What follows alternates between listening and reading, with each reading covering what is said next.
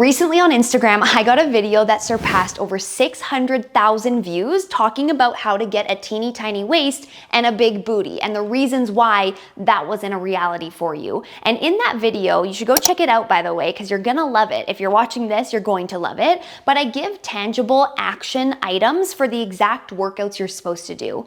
And this video is gonna be like a little bit different, to be honest with you girls, because that's not what it's actually about, okay? That is not your problem. More information, the right training program, the right amount of food, like that is not the actual problem. The real problem is what is going on up here and what your mind is like doing to you, or the tricks that it's playing on you, or not being able to actually follow through on the things you say you're gonna do in order to build a teeny tiny waist and a big booty, okay? Because the reality is that yes, it is awesome to look the way that you want to, but that is not going to give you the real confidence that you need to live like a fulfilled life and to get the things that you want out of life, right? Like when I first started going to the gym about 4-ish years ago, I started going to the gym because in my head I was thinking, well, if I have a small waist and a big butt and like a more feminine shape, that is going to give me the confidence that I want. Like I thought that the look that I had was a direct reflection of my level of confidence, or the number on the scale was a direct reflection of how confident I would actually be. Like I genuinely thought that I needed to look a certain way if I wanted to feel really, really good about myself. But the real problem was that I didn't have a ton of discipline.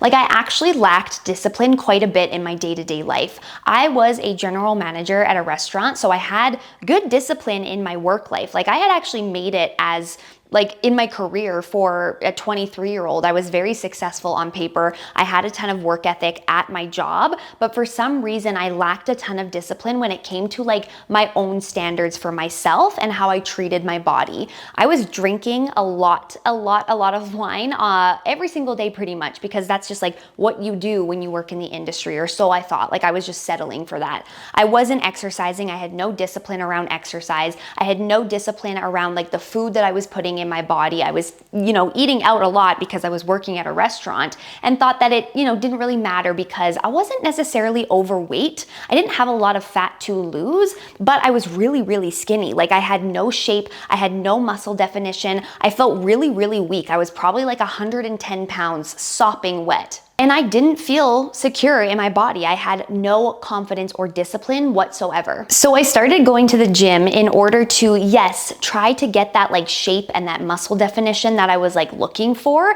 but it really, really wanted to go so that it would help me build discipline in my day-to-day life, right? Discipline from doing the hard things, AKA like lifting heavy stuff off of the ground and putting it back down. Like I remember having not enough strength to even carry like a Costco-sized like box into my house without needing help from my now husband, which was super embarrassing. And yeah, you can probably say like, oh, little passenger princess, or like princess who doesn't have to lift her own groceries. But that was a problem for me because I was thinking down the road, if I'm this weak now, like what's gonna happen as I like get older? What's gonna happen when I'm a mom and I can't lift my child off of the ground because I'm that weak? Like that's where my head actually started going. So discipline in doing hard things and actually building some strength and some muscle. Discipline in, the patience that it takes to actually change your body. The discipline that it takes to go from being a beginner at something. I grew up dancing my entire life, so I naturally thought like, oh, I'm gonna be so good at lifting weights. I'm gonna be so good because I've got, the coordination, and my dance background's really gonna help. I was in for such a rude awakening when I actually first started lifting weights, because I was not good at it. Like I'll put a little video of the very first time I ever did RDLs. I could not even hold the bar up. That's how weak my grip was, and my form was just completely awful, okay? So the discipline that it takes to do the hard things, have the patience to actually see the results that you want, because building muscle or losing fat does take a long time, and it takes a lot of consistency and repetition. And then discipline in just my day-to-day life and like how much I actually respected myself. I actually realized over time that I lacked a lot of self-respect. I didn't respect myself personally. I respected respected, of course, my career that I had built so hard to create. I respected my relationship. At the time, I had been with my now husband for about like 3 or 4 years. Now we've been together for 8 years and we just got married like 2 weeks ago, and we are in the best spot we ever have. But I was secure in that, or I felt really respected in that, but I did not respect myself and the standards that I held for myself. So that's really why I actually started going to the gym. And because I wasn't like a super disciplined person to start when it came to just like my own boundaries and my own standards that I held for myself, like going to the gym, like eating healthy, like hitting, my daily non-negotiables, steps, water, etc., I started using this framework that I teach inside of my Empower Her program about the self-trust bank. Okay, so this right here is my lovely little drawing of a piggy bank. And I want you to think about your self-trust as your bank account, okay? Every single time that you follow through on something that you say you're going to do, like going to the gym, you then deposit money into your account. You go to the gym when you really don't want to. It's been a long, hard day. You got in a fight with your best friend. You're feeling really off. You're feeling kind of tired. You would way rather go home, sit on the couch, watch Love Island, and like drink a glass of wine. But instead you decide to go to the gym. That is money going into your account. Every single time that you eat something that you know is going to benefit you and your goals versus ordering takeout, that is another deposit into the account. You get where I'm going with this? We're depositing money into the account by following through on the things that we say we're gonna do and not breaking promises with ourselves. You've probably heard in the past that like confidence, again, doesn't come from a certain look. It doesn't come from a certain number on the scale. It comes from actually following through and keeping those promises that you make to yourself. And the more promises we break with ourselves, the more money that's coming out of the account. So every single time that we, order takeout instead of actually eating off of our meal plan, money goes out of the account. Every single time that we skip the gym, or maybe we don't go to our workout and we just push it to the end of the week, but we don't actually end up getting it done, that is a broken promise to ourselves. Even something as simple as waking up on your first alarm, that is a withdrawal from your account. And you might say to me, Sammy, that seems really like small, but it is those small little things that add up over time. Imagine like a quarter going out of your bank account every single day. Sure, that day it's probably not going to make a big difference to the overall total of your bank account, but over time, the more withdrawals that you make, all of a sudden that quarter turns into $200. And I'm sure you would probably notice if like $200 was out of your account. So I started thinking of my journey and my self-respect and my self-trust as this little piggy bank. And the more money that I put into this bank, the easier it got to continue putting money into this bank. And I don't know about you, but I want to be a rich bitch and not a broke bitch. So depending on how much money you want in your bank account really determines how much you actually start putting into that account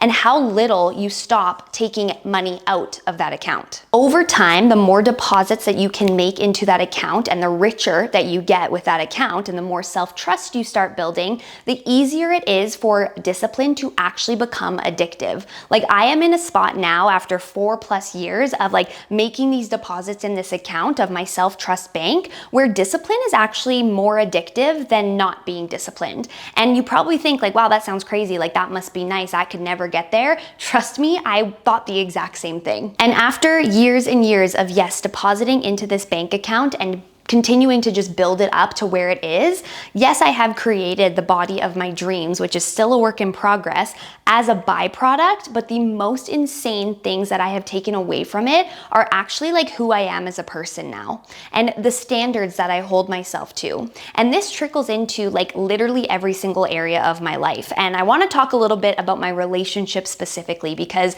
I think this is the biggest area that I've seen a big difference in. And I didn't come from a place, like I said earlier, our relationship wasn't bad by any means. Like I love my husband and he has always loved me. He has always been like obsessed with me. I've always been obsessed with him. We've always had a really solid relationship, but we did have a little bit of a struggle in the first kind of couple months of our relationship with communication, with maybe playing a little bit of games with each other. And not to say that that came from having low standards, because I do believe that I attracted him into my life because I had high standards, but I also had this feeling feeling that he loves me no matter what. Like he absolutely does. And at the beginning of the relationship, I really felt that. I was like, this man is never gonna leave me. Like I love him, he loves me, he cares about me no matter what I look like or no matter what I do. Like it really did feel like unconditional love. But there was this part of me in like my subconscious mind where I went to this place of, he is a bodybuilder. He is in extremely good shape. He has won 3 men's physique overall championships